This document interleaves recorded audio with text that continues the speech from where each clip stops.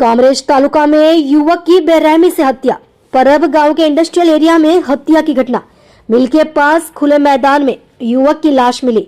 सिर पर धारदार हथियार मिला। हत्या का शक। पुलिस जांच में पता चला कि युवक का नाम दीपक मिश्रा है और वह मिल में ही रहता है। एलसीबी एसओजी टीमें और जिला पुलिस चीफ मौके पर पहुंचे। बराबर कामरेज पोलीस स्टेशन में ये परब गाम है एनी सीम में आज सवारे पुलिस ने एक माहिती मળી હતી કે એક વ્યક્તિ મરણજનક હાલતમાં પડ્યા છે।